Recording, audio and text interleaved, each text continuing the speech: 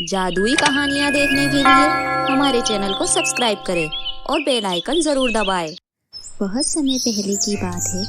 एक छोटे से गांव में रामू नाम का एक आदमी रहा करता था। उसकी एक बेटी थी, मीनाक्षी नाम की। वो बहुत ही प्यारी और समझदार लड़की थी। वो अपने पिता के साथ अकेले ही रहा करती थी। जब वो छोटी थी तभी उसकी माँ उसे छोड़कर स्वर्ग चली गई थी। वो बहुत ही ज्यादा गरीब थे। मीनाक्षी के पिता जमींदार के यहाँ खेतों में काम किया करते थे। उसी से ही उनका घर खर्च चल रहा था।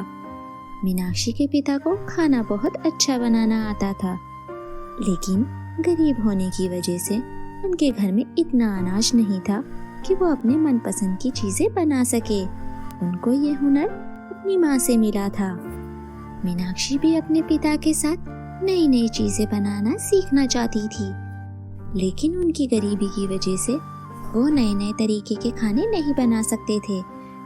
लेकिन फिर भी मीनाक्षी जो भी घर में रहता था उसी से ही नई नई चीजें बना लिया करती थी।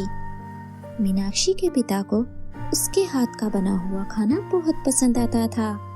एक दिन मीनाक्षी स्कूल से घर आ रही थी और उसके पास केवल 10 रुपए ही थे।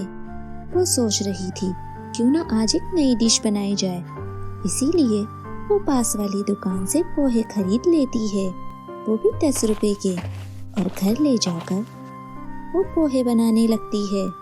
उसके पिता को उसके हाथ के बने पोहे बहुत पसंद आते हैं। घर में जो चीजें रखी थी उसी से ही वो पोहे बना लेती है। पोहे बहुत ही ज्यादा स्वादिष्ट बने थे। तभी उसे एक आइडिया आता है और वो अपने पिता को जाके कहती है, पिताजी क्यों ना मैं पोहे बनाने का काम करने लगती हूँ। एक छोटी सी शॉप खोल लेती हूँ जिससे मैं अलग अलग तरह के पोहे बनाऊंगी। बस आप मुझे थोड़े से पैसे दे दीजिए, मैं उसी में ही अपना काम चला लूंगी। ठीक है बेटा, जैसा तू कहे। वैसे मुझे तेरा विचार बिल्कुल सही लग रहा है। मीनाक्षी के पिता मीनाक्षी को पैसे दे देते हैं और उसी से ही वो अपनी छोटी सी शॉप खोल लेती है। और मीनाक्षी मार्केट में अपनी एक दुकान लगा लेती है। कुछ देर तक तो उसके पास कोई नहीं आते। फिर एक बच्चा आता है, उसको पोहे बहुत पसंद आते हैं। धीरे धीरे मीनाक्षी के पास लाइन लग जाती है। सभी उसके हाथ के बने पोहे खाने लगते हैं। ये देखकर पास के दुकानदार वाले उससे चलने लगते हैं। धीरे धीरे मीनाक्षी की दुकान अच्छी चलने लगती है। वो सुबह तो स्कूल जाती है और शाम को आने के बाद वो मार्केट में जाकर दुकान लगा लेती है। ये देखकर दुकानदार वाले गुस्से में आकर मीनाक्षी की दुकान को तोड़ देते हैं।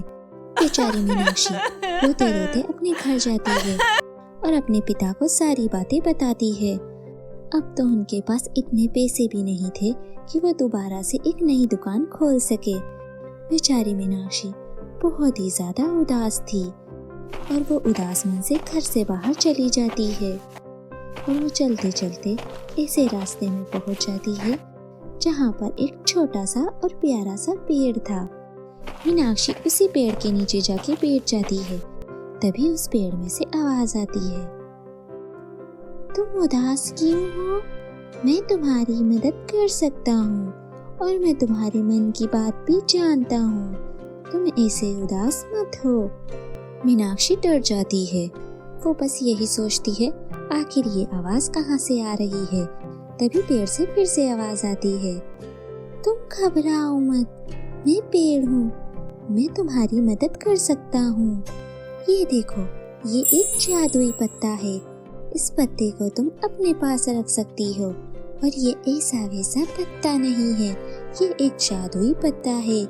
ये मेरे पेड़ का ही हिस्सा है। मीनाक्षी पेड़ की बात मान लेती है और वो उस जादुई पत्ते को अपने घर ले आती है। और वो जैसे ही मन में पोहे के बारे में सोचती है, वहाँ पर पोहे बन के तैयार हो जाते हैं। ये देखकर मीनाक्षी चौंक जाती है। ये बस उसी जादुई पत्ते की वजह से हो रहा था।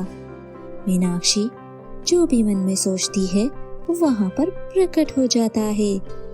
मीनाक्षी बहुत खुश थी और वो अपनी एक नई दुकान फिर से लगा लेती है।